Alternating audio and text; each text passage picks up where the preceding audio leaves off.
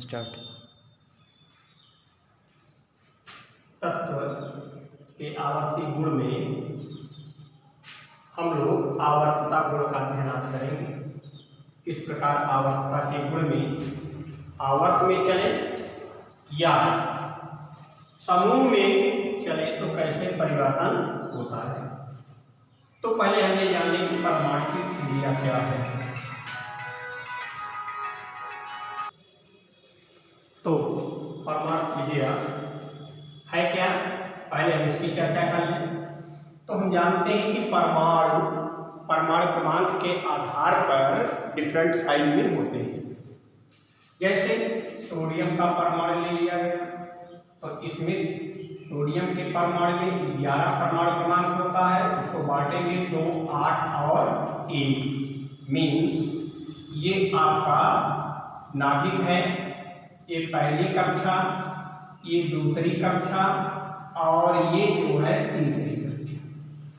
इतना बड़ा सोडियम का एटम होगा तो इनकी त्रिज्या जो है यहां से यहां तक, from centre to outermost orbit, centre से लेकर के वाय कोश तक के बीच की दूरी को परमाणु की त्रिज्या कहते हैं। इसे आर से डिनोट करते हैं। अब चलिए हम केवल हाइड्रोजन के लिए लेते हैं। हाइड्रोजन में एक ही परमाणु होता है, उसका खाली 1s1 हो जाता है या 1 ही माना जाता है। तो ये नाभिक है और ये पहली त्रिज्या है जिसमें केवल एक इलेक्ट्रॉन है, इसकी परमाणु त्रिज्या इतनी। तो जैसा परमाणु वैसे उसकी त्रिज्या छोटी बड़ी होती है। तो परमाणु त्रिज्या की परिभाषा क्या हुई? केंद्र से लेकर के नाभिक से लेकर के उसके वायतम कोश तक की दूरी को क्या कहते हैं? परमाणु त्रिज्या कहते हैं। अब इसे कैसे डिनोट करते हैं? आर से। फिर उसके बाद अणु त्रिज्या क्या होता है? अणु त्रिज्या माने अब हमारा अणु कैसा है? अगर मान लीजिए हमारा अणु है HCl, तो H का A है और Cl का होता है 2, 8 और 7, 17 परमाणु क्रमांक होता है। हाइड्रोजन का दिया है तो ये 17 होता है। इनको अगर हम लोग देख लें, ये छोटा सा नाभिक हो गया, पहली त्रिज्या, पहला, दूसरा और तीसरा, 2, 8, 7 और ये हमारा जो है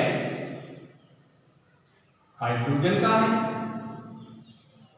तो हाइड्रोजन के केंद्र से लेकर के क्लोरीन के केंद्र तक की दूरी, हाइड्रोजन के केंद्र से लेकर के क्लोरीन के केंद्र तक की दूरी को HCl अणु की त्रिज्या कहते हैं।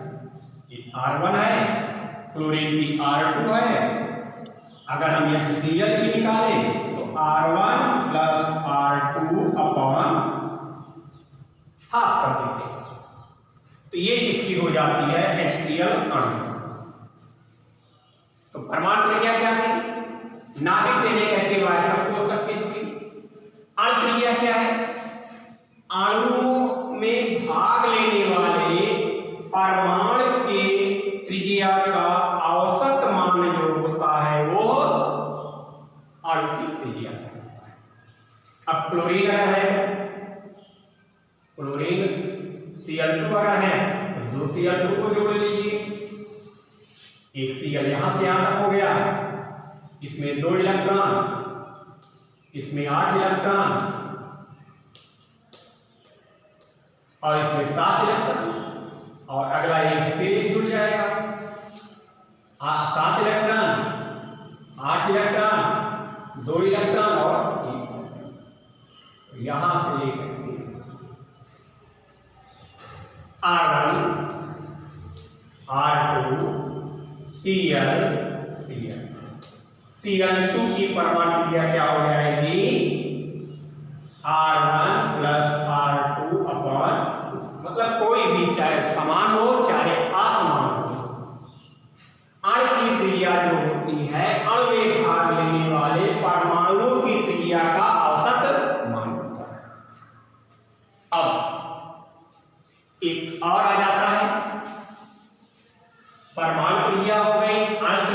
गई। अब हम चलते हैं आयन प्रतिक्रिया।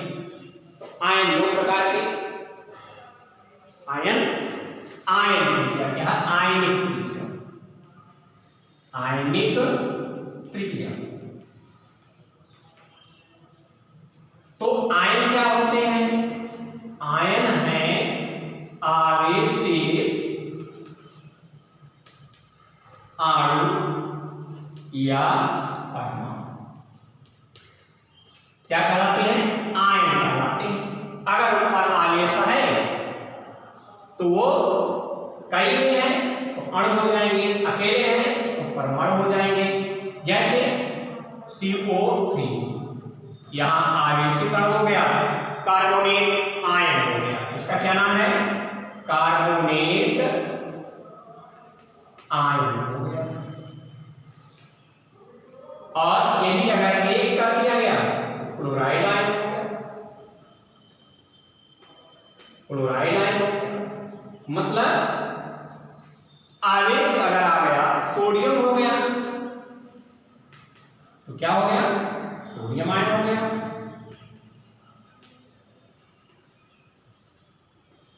सोडियम आयन हो गया।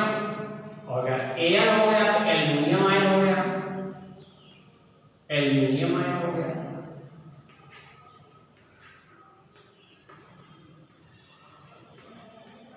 तो आवेशित अणु हो या परमाणु क्या कहलाएंगे? आयन कहलाएंगे। कै प्रकार के होते हैं? दो प्रकार के होते हैं। पहला धन आयन और दूसरा ऋण आयन। धन आयन होते हैं और ऋण आयन होते हैं। धन आयन कब बनते हैं? जब कोई तत्व वाह्यतम कोश से इलेक्ट्रॉन निकालता है तो धन आयन बन जाते हैं। ऋण आयन कब होते हैं? जब कोई तत्व कहीं से इलेक्ट्रॉन को ग्रहण करता है तो ऋण आयन बन जाते हैं। कार्बोनेट आयन ने 2 इलेक्ट्रॉन को कहीं से ग्रहण किया, 2 ऋण हो गया। कोई 3 इलेक्ट्रॉन निकाल रहा है, 3 धन आयन हो गया। जितने इलेक्ट्रॉन वो आउटर मोस्ट ऑर्बिट से निकालेगा उतना धन आयन। जितना इलेक्ट्रॉन आउटर मोस्ट ऑर्बिट में ग्रहण कर लेगा तो कंप्लीट रिएक्टेड अपने अष्टक को पूरा करने के लिए वही उसका जो है ऋण आयन। अब यहां परमाणु क्रिया की बात क्या हो गई? इनकी आयनिक क्रिया अगर वो धन आयन है, धन आयन है तो इसकी परमाणु क्रिया कम होती है, कम होती है परमाणु से।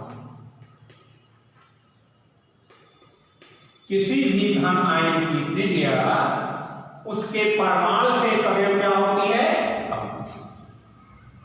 कैसे? आइए सोडियम की चर्चा करते हैं। सोडियम का ये नाभिक है, पहली कक्षा, दूसरी कक्षा, तीसरी कक्षा में 1 इलेक्ट्रॉन, इनमें 8 इलेक्ट्रॉन, 1 2 3 4 5 6 7 और कहीं पर 8 इलेक्ट्रॉन, यहाँ 2 इलेक्ट्रॉन। अब सोडियम धन आयन बनाएगा कैसे? 1 इलेक्ट्रॉन निकाल करके। तो ये इलेक्ट्रॉन निकल गया, जब यह 1 प्लस बनेगा केवल 2 ये हो जाएगा, ये 2 और 8, 1 2 3 4 5 6 7। अब तक त्रिज्या इसकी इतनी बड़ी थी, अब त्रिज्या केवल इतनी बड़ी हो गई। वायतन कोश खत्म हो गया, उसमें एक ही इलेक्ट्रॉन था, 1 इलेक्ट्रॉन से छोड़ दिया तो सोडियम प्लस की परमाणु त्रिज्या, सोडियम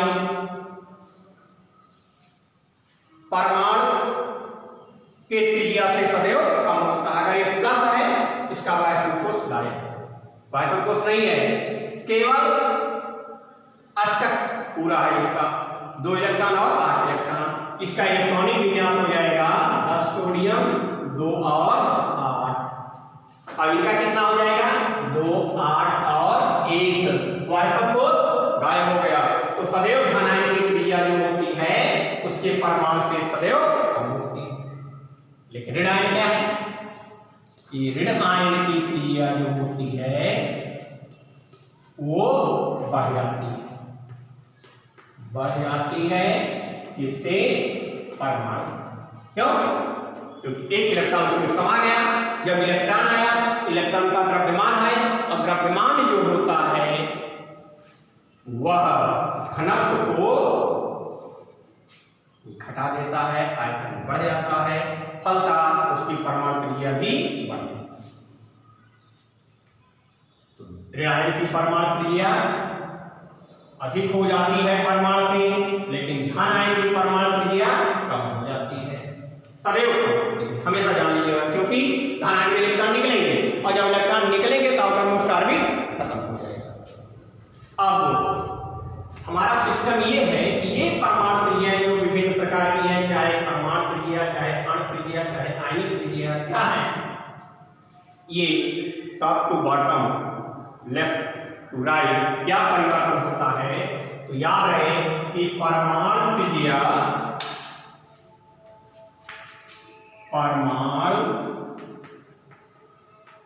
क्या होती है? ये आवर्त में घटती है, आवर्त में घट जाती है। किसी भी पीरियड में, किसी भी आवर्त में जब हम बाएं से दाएं चलेंगे कब घटती हैं? बाएं से दाएं जाने पर, बाएं से दाएं चलने पर परमाणु क्रियाएं क्या होती हैं? घट जाती हैं। लेकिन समूह में क्या है? जब हम ऊपर से नीचे आते हैं तो कक्षा वृद्धि होने के कारण, कक्षा बढ़ जाने के कारण परमाणु त्रिज्या बढ़ जाती है। कैसे देखते हैं हम। हाइड्रोजन 1 है, लिथियम 3 है, सोडियम 11 है, पोटेशियम 19 है, इस तरह से बढ़ता जाएगा। तो सोडियम हाइड्रोजन में केवल 1 इलेक्ट्रॉन, इतनी बड़ी कक्षा हो गई। लिथियम में पहली कक्षा में 2 इलेक्ट्रॉन और दूसरी में 1 इलेक्ट्रॉन की क्रिया बढ़ गई।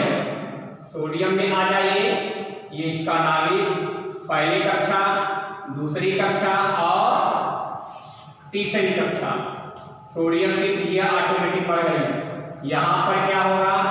पहली कक्षा, दूसरी कक्षा, तीसरी कक्षा, चौथी कक्षा, ये इसका नाभिक हो गया।